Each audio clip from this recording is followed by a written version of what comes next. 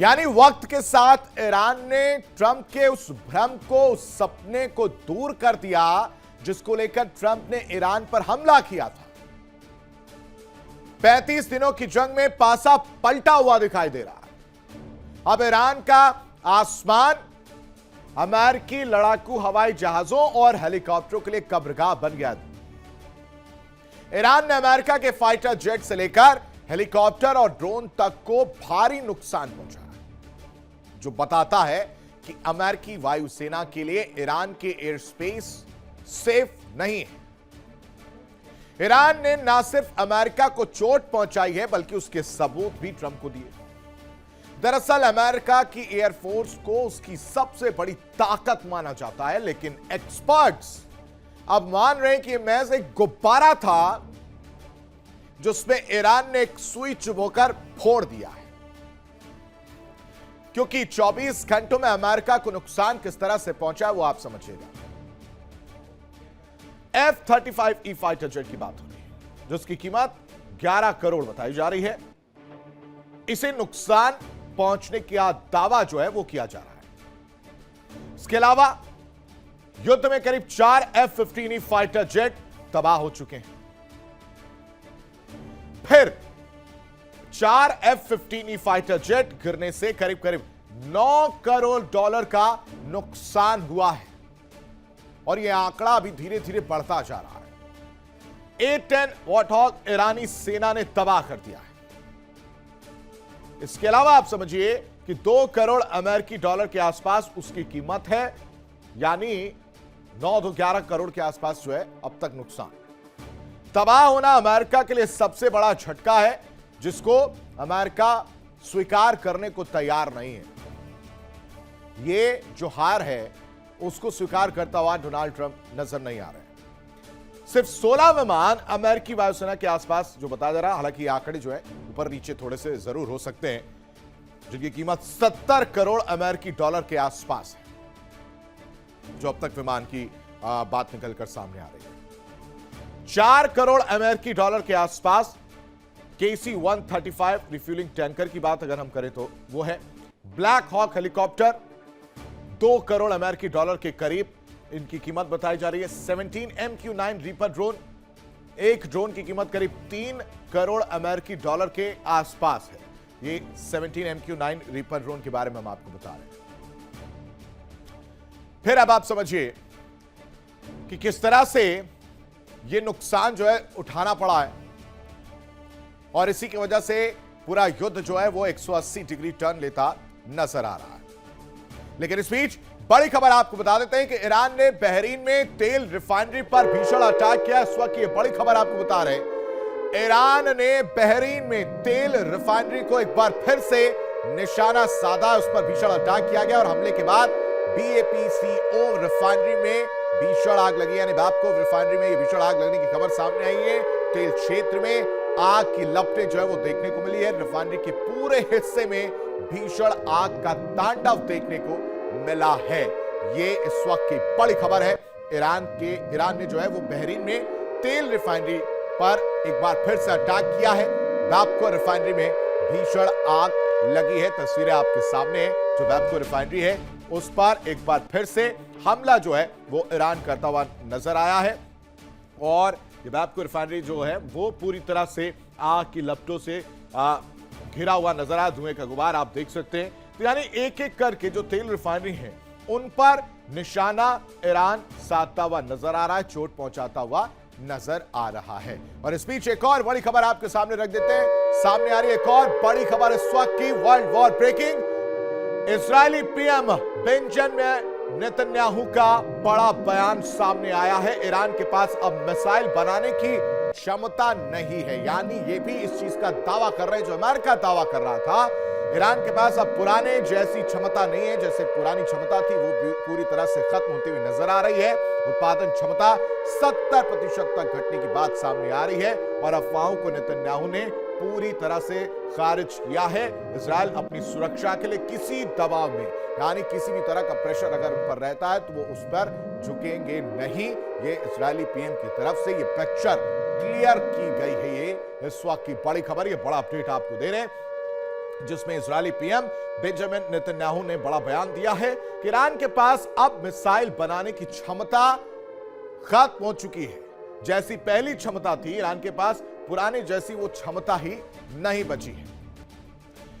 एक तरफ ईरान लगातार तेल रिफाइनरी पर अटैक करके नुकसान पहुंचा रहा है, दूसरी तरफ इजरायली पीएम का यह बयान ये बता रहा है कि इजरायल पीछे हटने को तैयार नहीं है। वो लगातार इस मौके का फायदा उठाएगा और हमला करता रहेगा, और ये हमले और ज्यादा भीषण होते जाएंगे, क्योंकि बेंजामिन नेतन्याहू का यह बड़ा बयान है जिसमें अमेरिका ने भी यह दावा किया था कि मिसाइल बनाने की क्षमता जो है बिल्कुल खत्म होती हुई नजर आ रही है, ईरान बैकफुट पर नजर आ रहा है। लेकिन उसी चीज को एक बार फिर से नेतन्याहू ने भी दोहरा दिया है कि ईरान के पास अब मिसाइल बनाने की क्षमता नहीं है, उसकी उत्पादन क्षमता 70% खत्म हो गई है।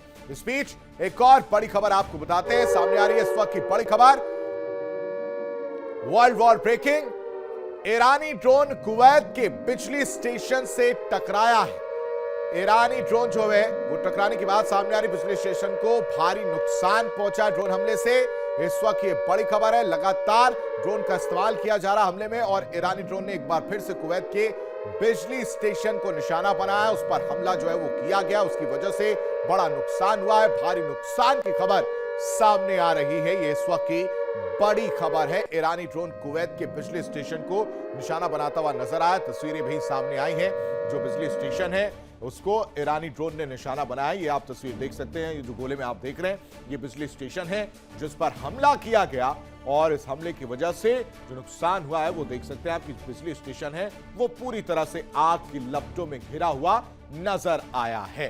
यानी ईरान लगातार बिजली स्टेशनों हो या फिर रिफाइनरी सेक्टर्स हो, उन पर जो प्लांट्स है, उन पर रिफाइनरी प्लांट्स है, उन पर हमला करता हुआ नजर आ रहा है, और साथ ही साथ बिजली स्टेशंस को भी नुकसान पहुंचाता हुआ नजर आ रहा है। ये दो तस्वीर आपके सामने जो है इससे पहले रख चुके हैं, ये एक दूसरी तस्वीर आप देख रहे हैं कि किस तरह से निशाना जो है ईरानी ड्रोन बनाते हुए नजर आ रहे हैं। इस बीच एक और बड़ी खबर आपको बता दें, डोनाल्ड ट्रंप का बड़ा बयान सामने आया इस वक्त की। ये बड़ी खबर आपको बता रहे हैं कि ईरान में लापता हुए अमेरिकी पायलट से जुड़ी ये बड़ी खबर है, जिसमें कहा जा रहा है कि पायलट पर अमेरिकी राष्ट्रपति डोनाल्ड ट्रंप का बड़ा बयान सामने आया। उन्होंने कहा कि हमने लापता पायलट को सुरक्षित बचा लिया है। यह बड़ी खबर है, दोनों पायलट को सुरक्षित बचाया गया है। डोनाल्ड ट्रंप ने साफ कर दिया है, मेरे निर्देश पर दर्जनों सैनिक थे वो ईरान भेजे गए थे, और ईरान की खतरनाक पहाड़ियों में पायलट फंसा था, जिसकी जानकारी आज अमेरिका को लगी, और उसके बाद से रेस्क्यू ऑपरेशन चलाया गया, और फिर उसे दुश्मन देश के पहाड़ी दुर्गम इलाकों से सुरक्षित बचाने का दावा और बड़ा बयान देते हुए डोनाल्ड ट्रंप नजर आए। यानी दोनों ही पायलट सुरक्षित हुए। एक तरफ ईरानी ड्रोन कुवैत के बिजली स्टेशन से टकरा रहा है, नुकसान पहुंचा रहा है, और हमले से बिजली स्टेशन को भारी नुकसान हो रहा है। वहीं दूसरी तरफ डोनाल्ड ट्रंप ने बड़ा बयान दे दिया है, बड़ी खबर सामने आई, जिसमें वो ये कह रहे हैं कि जो पायलट को लेकर चीजें हो रही थी उसमें सफलता मिली है, दोनों ही पायलट सुरक्षित हैं, हमने लापता पायलट को सुरक्षित बचा लिया है। क्योंकि पायलट को लेकर जानकारी आ रही थी कि वो ईरान की जो खतरनाक पहाड़ी है उसमें ये पायलट फंसा हुआ था, उसे सुरक्षित बचा लिया गया है। यानी खाड़ी में ईरान का प्रकोप अब भी जारी है। इजराइल से लेकर बहरीन तक ईरानी ड्रोन और मिसाइल हमले त्राहिमाम करते हुए दिखाई दे रहे हैं। ईरान ने अपने दुश्मनों पर हमले की नई लहर शुरू की है। उसके टारगेट पर इजराइल का तेल अवीव है। बीते 24 घंटे में वहां बड़े पैमाने पर मिसाइल हमले हुए हैं। तेल अवीव के रिहायशी इलाकों में धमाके की आवाजें सुनाई दे रही हैं।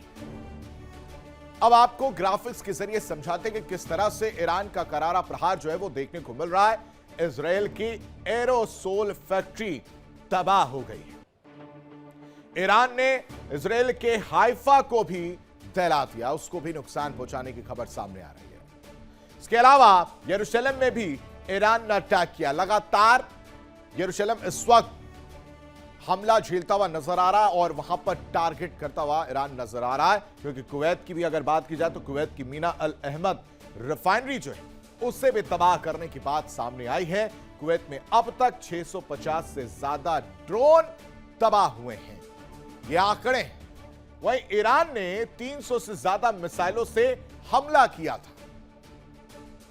दूसरी तरफ किस तरह से जो युद्ध है और युद्ध के बीच स्वदेशी तकनीक और संसाधनों पर भरोसा करना शुरू किया जा चुका है, वो भी समझिए। ये कदम उसे वैश्विक दबाव और आर्थिक प्रतिबंधों के बावजूद अपनी सुरक्षा और रणनीतिक क्षमता बनाए रखने में मदद कर रहा है। जानकारों का कहना है कि ईरान अब विदेशी निर्भरता कम करके घरेलू उद्योग और हथियार निर्माण पर जोर दे रहा है। ईरान की स्वदेशी ताकत को भी हम आपको समझाते हैं कि ईरान की जो स्वदेशी ताकत है वो किस तरह से है। ईरान ने अपनी मिसाइल साइट्स जो है जो नष्ट हो गई थी उसको फिर से बना लिया है, जिसका जिक्र अमेरिका ने किया था। कुछ ही घंटों में बंकर और जो साइलो ऑपरेशन है वो हो रहे हैं, मिसाइल के जो ऑपरेशन है वो लगातार हो रहे हैं। साथ ही साथ ईरानी ऑपरेटिव बेस को चंद घंटों में ही एक्टिव कर दिया गया है। लगातार जो नुकसान हुआ है उसको ठीक कर दिया जा रहा है ईरान की तरफ से। ये स्वदेशी ताकत जो है ईरान की देखने को मिल रही है, यानी ईरान अब पीछे हटने वाला नहीं है। अमेरिका चाहे कितना भी ईरान को धमका ले, डरा ले, लेकिन ईरान पीछे हटने को तैयार नहीं है। आसमान से गोले बरस रहे हैं। अमेरिका और इस्राएल मिलकर जितना ईरान को कमजोर करने की कोशिश कर रहे हैं वो उतनी ही मजबूती के साथ खड़ा होकर जवाब दे रहा है, जिससे ट्रंप और नेतन्याहू को फिर से ईरान के खिलाफ रणनीति बनाने के लिए मजबूर होना पड़ रहा है। किस तरह से, इस रिपोर्ट में देखिए।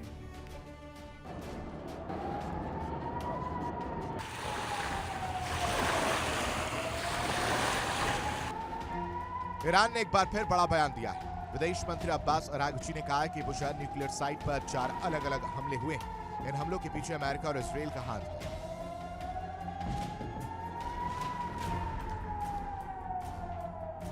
इसके साथ ही अरागची ने दावा किया कि हमले सिर्फ ईरान के लिए ही नहीं बल्कि पूरे खाड़ी क्षेत्र के लिए भी गंभीर खतरा पैदा कर सकते हैं। अरागची ने सोशल मीडिया पर पोस्ट करते हुए कहा कि न्यूक्लियर साइट के पास हमले बेहद जोखिम भरे हैं।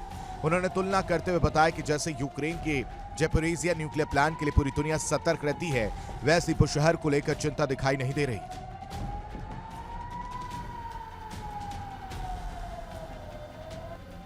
अरागची ने यह भी कहा कि हाल में पेट्रोकेमिकल ठिकानों पर हमले ये संकेत है कि ईरान के रणनीतिक ढांचे को निशाना बनाया जा रहा है। अगर ऐसे हमले जारी रहे तो खाड़ी क्षेत्र में अस्थिरता बढ़ सकती है और शांति के लिए खतरा पैदा हो सकता है।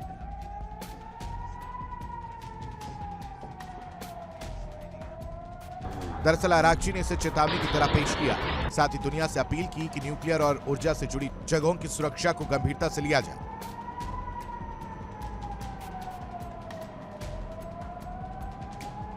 सरल भाषा में कहें तो ईरान ये साफ कर रहा है कि उनके अहम और संवेदनशील ठिकानों पर लगातार हमले हो रहे हैं और यह सिर्फ ईरान के नहीं बल्कि पूरे क्षेत्र को परेशान कर सकते हैं।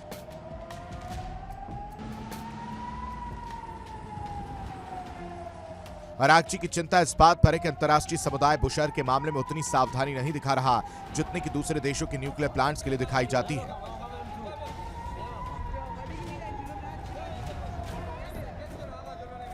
Bureau report, India daily. देखिए इंडिया डेली 24/7 अब आपके स्मार्ट टीवी पर। इंडिया डेली मौजूद है सभी डिजिटल प्लेटफॉर्म पर लाइव और लगातार। इंडिया डेली 24/7 हर दिन राष्ट्र को समर्पित।